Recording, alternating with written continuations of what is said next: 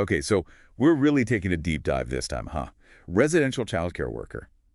It's more than just a job for you, isn't it? It really is. Yeah, way more. You sent me so much stuff from RoleCatcher, it's impressive. Their career guide, their interview advice, they even had a whole section on using AI for the job search. Wild. It's incredible how much the field is changing. I know, right? Like, we're not messing around here. But okay, before we even get to that, let's give everyone a little snapshot of what a residential childcare worker actually does.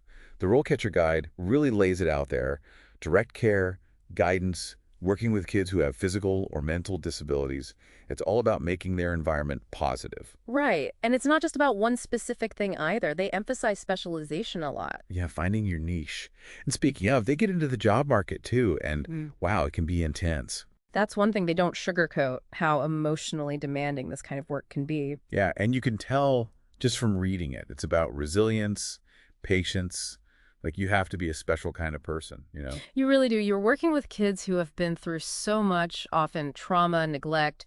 The guide had this whole story about a worker named Sarah. Oh, yeah, I remember that one. She helped this young boy, they called him Alex in the book, who hadn't spoken in years because of past trauma. And because Sarah knew about trauma-informed care, she was able to make this space for him that was safe.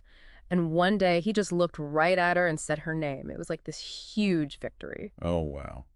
I'm getting chills just thinking about it. It's those little wins that mean everything in this field. Yeah, and it's not all heavy stuff. They make sure to talk about the positive side too. You know, the personal growth, the connections you build with the kids and their families. But I gotta say, I was floored when they got to the interview section. They had a whole list of questions you might get asked. That's so smart. I wish every career guide did that. Right. And get this, they even suggest using AI to help you prep your answers. What is this? The future. It's crazy how tech is everywhere now, even in these really human-centered jobs. It's mind-blowing. So Yeah. basically, we're looking at a career that's insanely fulfilling, but also requires a ton emotionally and, like, as a person in general, you know? Absolutely. It's not about being some superhero. It's about genuine empathy, being there for those kids, putting their needs first. It really is like a calling, you know? Like they said in the guide. They did. They totally did. Like a calling. Yeah, that's a good way to put it.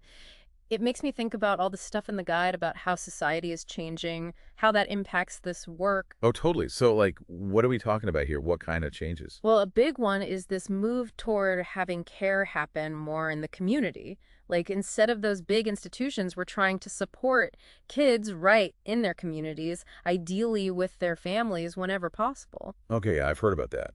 Sounds great. But I bet that means residential childcare workers have to be way more adaptable than they used to, right? 100%. It's not just about working in one type of facility anymore. They had all these examples in the guide group homes, going into families' actual homes to help out, even stuff like respite care so families can get a break. You need a way wider range of skills now. And I bet that whole specialization thing comes into play even more, right? Like, you need to be an expert in something specific. Exactly. I mean, think about it. You could be with a child who has autism one day, then the next day you're supporting someone with Down syndrome. Each disability has its own challenges, so knowing your stuff is crucial. They actually suggest in the guide that you should try to shadow people in different settings to see how it really works. Oh, that's such good advice. You can only get so much from reading, right? Totally. Hands-on is everything. And speaking of learning, they talk a lot about trauma-informed care, which, like, makes sense. A lot of these kids have been through some kind of trauma, right? So it's not just dealing with the disability, it's understanding how that trauma impacts them, their behavior, everything. Yeah, it's about seeing the whole child. And they even had a section on using those sensory rooms, you know, as part of trauma-informed care. They're really helpful, apparently. Like if a kid is feeling overwhelmed, those rooms can be really grounding for them. Yeah, that makes sense. Having a place that feels safe, predictable, where you can just, like, de-escalate. It can make all the difference, especially when you're dealing with challenging behaviors, which, let's face it, are going to happen. Oh, for sure. That's actually what I was going to ask you about next. Yeah. Even if you have all the training, you're using this trauma-informed approach, there's still going to be times, right? What does the guide say about handling that? Well, one thing they emphasize is positive reinforcement, like really focus on catching those good behaviors and rewarding them. It sounds simple, but it's really effective. Yeah, it's about changing the focus. Instead of always reacting to the negative, you're trying to, like, build at the positive. Exactly. And when those challenging behaviors do happen, staying calm, responding consistently, it's key. Although I'm sure that's easier said than done sometimes. Oh, absolutely. I can imagine. Like they give this example in the guide. Imagine a kid is having a total meltdown because they can't have this certain toy, right? Instead of getting caught up in that immediate outburst, you have to try to figure out what's really going on. Maybe the kid is overstimulated or they have trouble communicating, so this is their way of expressing that. So you're kind of like deciphering, seeing the behavior as a form of communication, not just defiance. Yeah. And the guide really stresses how important active listening is. Remembering that every child communicates in their own way.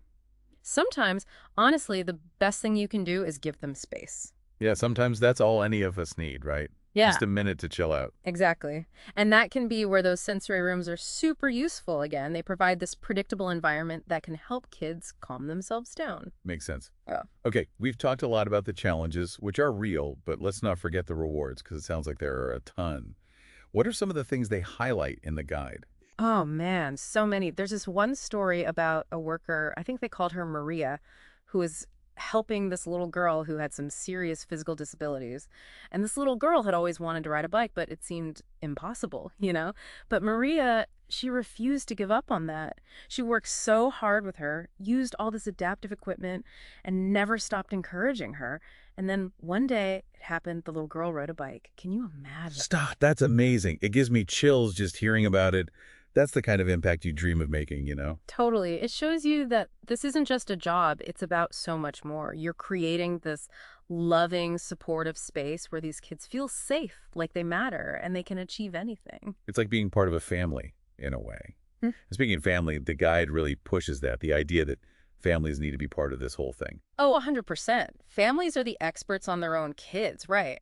So it's about working with them, not trying to take over. That might mean regular check-ins, family meetings, even home visits, just to keep that communication open and build trust. Which I imagine takes a lot of sensitivity, especially since the families are probably dealing with a lot themselves emotionally. You're so right. It's not always easy. They could be facing challenges, guilt, even denial. The guide really emphasizes how important it is to be empathetic, understanding that everyone's doing their best with what they've got. Sometimes just listening and being supportive is the most powerful thing you can do. It's a good reminder for all of us, really. Yeah. Okay, so we've talked about what it's like now, but what about the future? What does the RoleCatcher guide say about where all of this is headed? The future, right? That's the big question for any job, but especially one that's changing this fast. So what'd they say? Any big trends we should know about? Well, tech is definitely going to be huge, even more than it is now. Okay, yeah, that makes sense. And I don't just mean like using tablets or whatever, although that's part of it. They were talking about things like using virtual reality to help kids with autism with their social skills. Yes. Wild, right? No way, really. That's amazing. It's like we're living in the future already. Right. And that's just the beginning, it seems like. They also talked a lot about personalized care plans, like moving away from that one-size-fits-all approach, because every kid is different, obviously. They called it a strength-based approach. I like that. Sounds empowering. Yeah, exactly. It's about focusing on what they can do. And that's where specialization comes in again.